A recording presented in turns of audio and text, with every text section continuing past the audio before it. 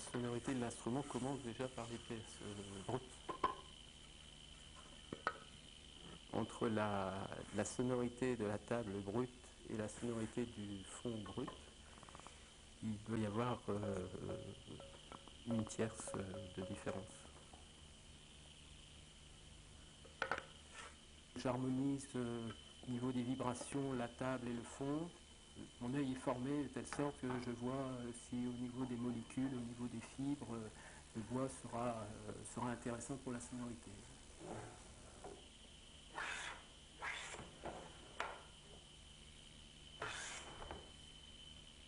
C'est une étape importante parce que si le joint est bien fait, les deux pièces peuvent tenir plusieurs siècles. S'il est bien ajusté, il faut qu'il joigne parfaitement.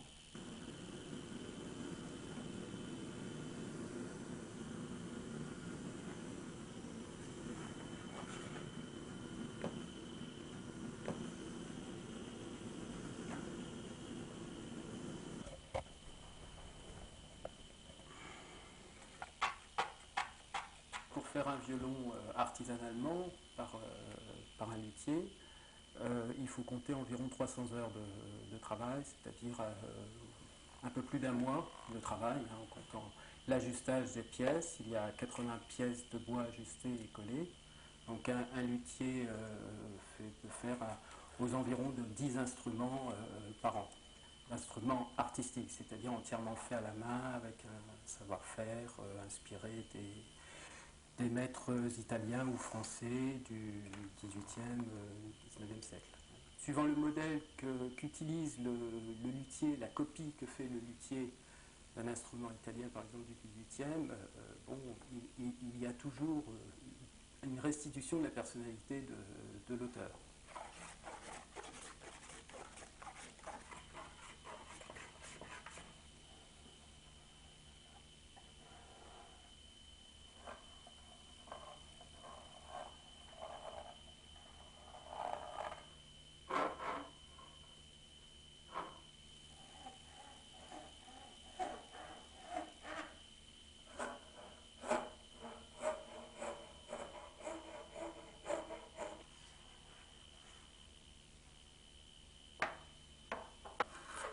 On travaille vraiment dans le concret, dans la matière. Hein. Et bon, c'est inhérent au métier de l'artisanat. Hein. Vraiment, on travaille la matière. Et la matière en plus sonore, quoi.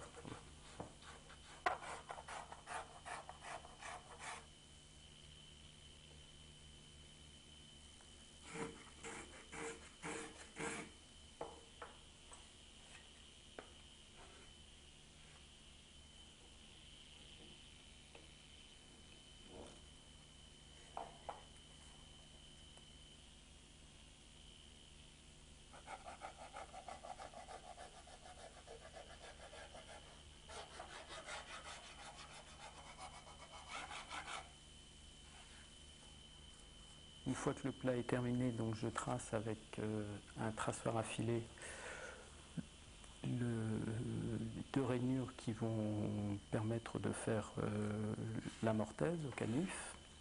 Cette mortaise est faite de la même largeur que les filets qui vont être incrustés dans cette mortaise. Ce filet se trouve sur le pourtour de la table et du fond. Il cercle les deux pièces et en même temps souligne le contour de l'instrument.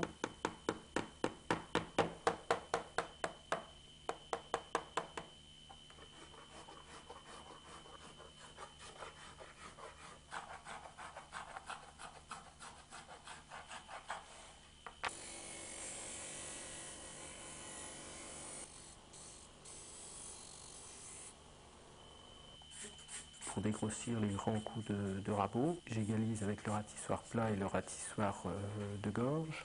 Je passe une éponge très légèrement humide sur toute la surface de la table pour faire remonter les pores et je laisse sécher.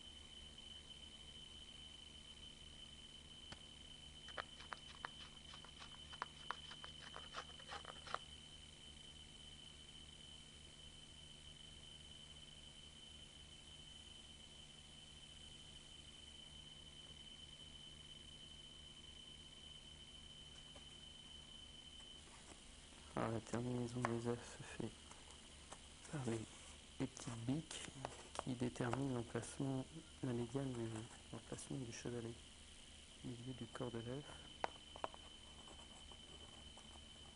et qui soulignent les œufs. Je suis toujours gratifiant de mes pères qui m'ont formé, qui m'ont appris certains secrets dans la réparation, la restauration et la haute restauration. C'est grâce à eux que j'ai acquis un certain état d'esprit du métier de luthier, étant donné que je ne suis pas fils de luthier comme étaient les luthiers du début du siècle. C'est un métier qui s'est transmetté de père en fils principalement, ou de famille.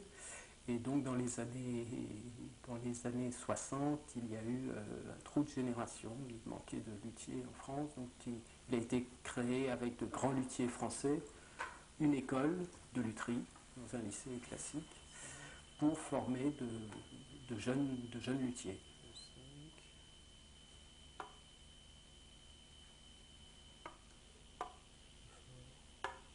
J'ai un petit carnet où j'ai noté toute la fabrication du violon, toutes les étapes de fabrication, avec une écriture de jeune homme que j'ai gardée.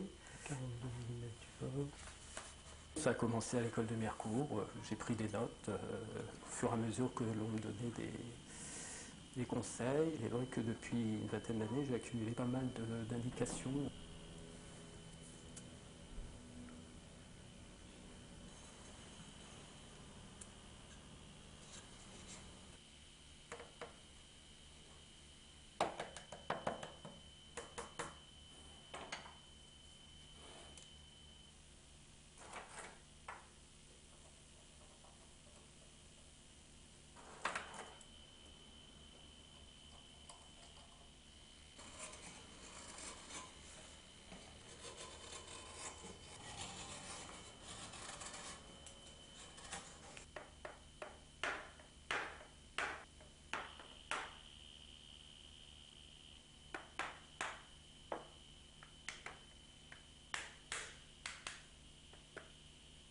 On peut faire un instrument vraiment très très personnel. Certains luthiers le font, un petit peu même délirant, avec des formes asymétriques droite et gauche, ou avec une volute qui est coupée, c'est-à-dire que vous avez juste le cheviller qui se termine en pointe. Moi je reste dans le classicisme, je m'inspire beaucoup de la lutherie française ou de la lutherie italienne au niveau en regardant des instruments qui passent dans mon atelier, que des musiciens me montrent, me font régler, ou des instruments que je répare ou que je restaure.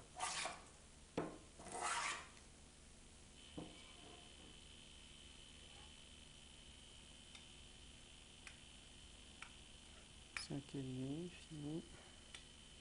6 derrière. Dernière pièce avant le tablage, l'ajustage et le collage de la barre.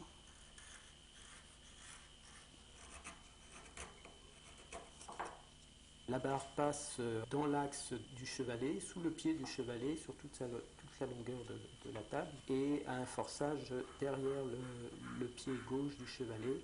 Et elle permet de transmettre les vibrations sur tous les médiums et les graves sur tout l'ensemble de l'instrument.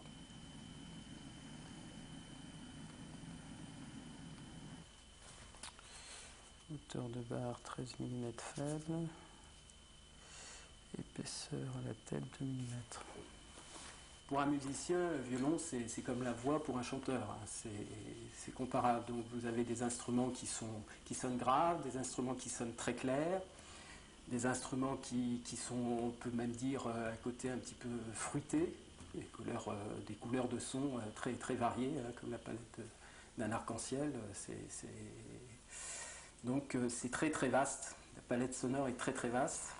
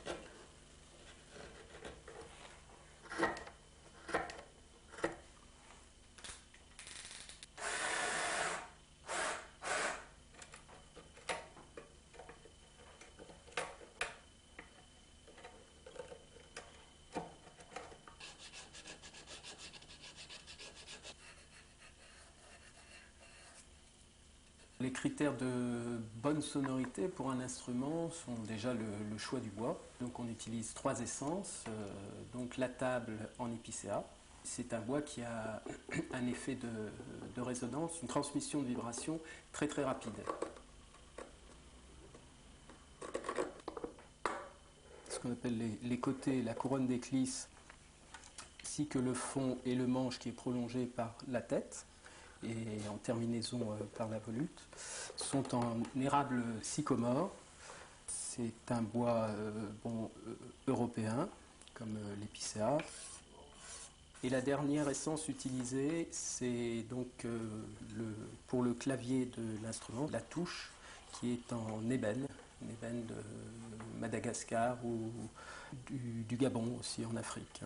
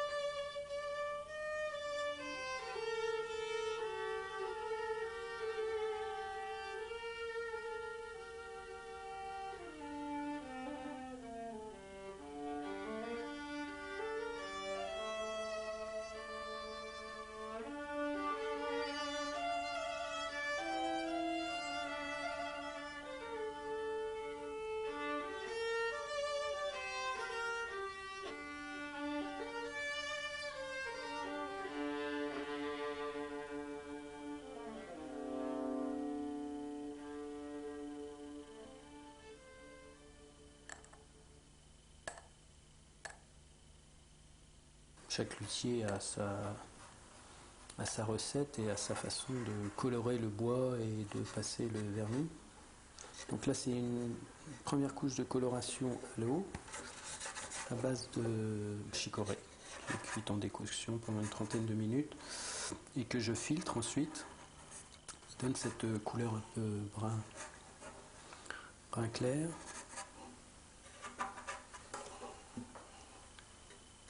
Donc au vernis incolore, je vais mettre du sang dragon qui est une gomme et je vais rajouter un petit peu de pigment aussi.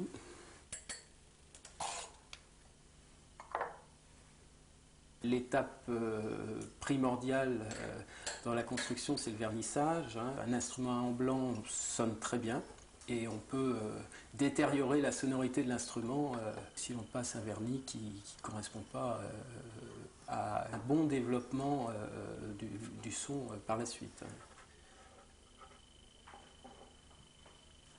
Il y a quand même un rapprochement, c'est vrai, physique avec le corps humain. Le devant ressemble un petit peu aux épaules d'un homme, donc avec des relations féminines, il est vrai. Les échancrures un petit peu au haut des hanches. Il y a beaucoup de symboles qui interviennent. On peut même fantasmer sur la forme du violon avec toutes ces courbes.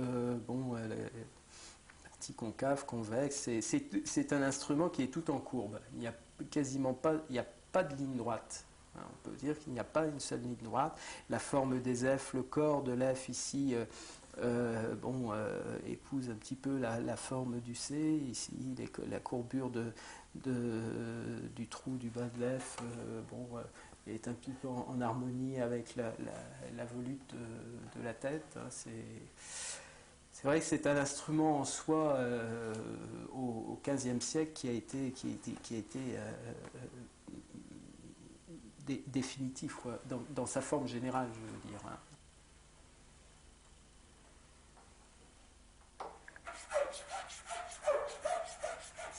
On taille avec un petit canif aiguille le pont, les oreilles, le cœur, pour alléger le chevalet, pour transmettre les vibrations tout en ayant une bonne résistance quand même à la tension des cordes. Je monte un jeu de cheville, ce sont des accessoires qui sont fabriqués par des spécialistes. Donc ça, ce sont des touches en palissandre qui sont faites par des spécialistes et fabricants d'accessoires pour les instruments du quatuor. Lame est une pièce qui est juste ajustée à la voûte intérieure de la table et du fond à l'aide qu'on appelle une pointe aux âmes. Qui est pointue d'un côté, et de l'autre côté vous avez une petite palette avec des petites encoches qui permettent de déplacer l'âme latéralement ou longitudinalement par rapport à l'instrument. Elle est placée donc derrière le pied droit du chevalet et donc non collée, ce qui permet de la déplacer quand on le souhaite. Elle fait fil conducteur entre la table et le fond et projette la sonorité par les F. Il y a aussi le bouton qui est harmonisé avec le cordier, la mentenière et le jeu de cheville qui est le petit bouton qui maintient l'attache cordier et en même temps tout l'ensemble des cordes et du cordier.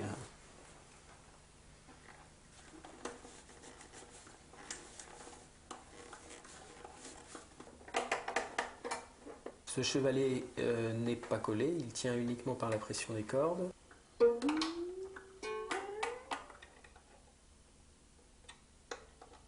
Donc ici j'ai posé un cordier aussi en palissandre ainsi qu'une mentonnière. Ce cordier qui était fait par un artisan qui travaille dans les Alpes et il a rajouté dessus des petits tendeurs pour faciliter l'accord. La dernière étape est quand même la marque du créateur, donc je vais poser une étiquette à l'intérieur du violon que je viens de terminer.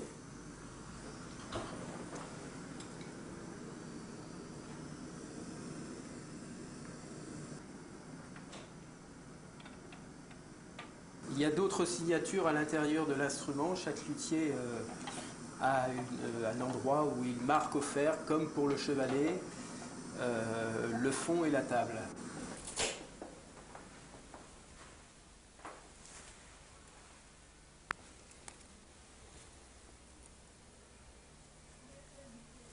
L'archet, c'est aussi un instrument à part entière du violon et c'est aussi très magique. C'est très magique. Les musiciens peuvent adorer un archet comme celui-ci et un autre musicien qui est de même niveau trouvera que la baguette est trop molle, trop souple. C'est un choix vraiment personnel.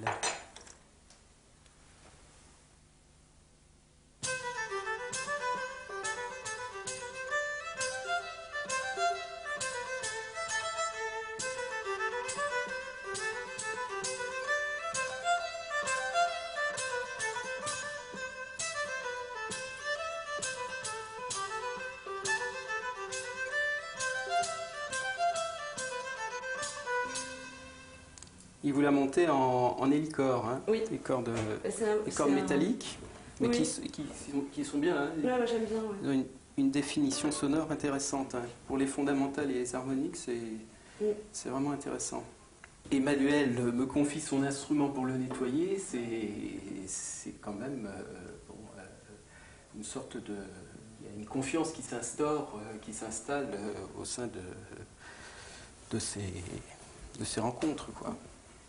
On va le voir pour faire nettoyer, pour réparer, pour se faire rassurer, pour changer des cordes, l'archet, etc. Il y a plein de raisons, quoi. Voilà. Mais il y a un suivi, quoi. C'est le médecin de l'alto ou du violon. Et comme je pense que les luthiers ont un rapport avec l'instrument qui est très...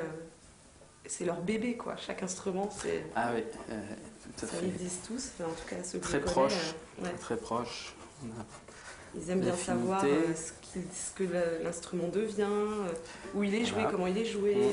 Comment il évolue dans sa sonorité. Les premiers instruments que j'ai construits, il est vrai que c'était une séparation difficile. Mais maintenant, lorsque l'instrument est terminé, prêt à jouer, bon, quelque part, il ne m'appartient plus. C'est un 2 pièces, le vôtre. Ouais. ouais. Donc on voit bien le... Non, moi, ce qui m'a séduit, c'est pas ce genre de choses, c'est Bah oui, le vernis. c'est le vernis. Évidemment, les couleurs. Mm. Ça, c'est des critères féminins, sans doute. S'il n'y avait pas de luthier, il n'y aurait pas de musicien et vice-versa. C'est une collaboration très, très étroite. Oui, d'harmoniser pour vous, musiciens, l'esthétique avec la sonorité. Ouais, parce que la sonorité, oui, est primordiale pour vous, mais c'est vrai que vous avez un instrument. C'est un coup de foudre. Bon. Voilà, Ouais, voilà. oui.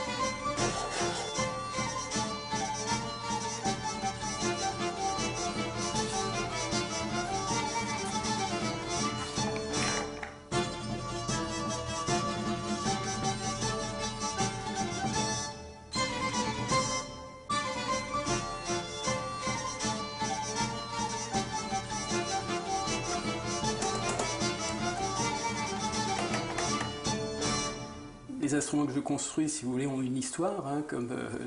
Et une fois qu'il est terminé, l'instrument, c'est un début d'une autre histoire.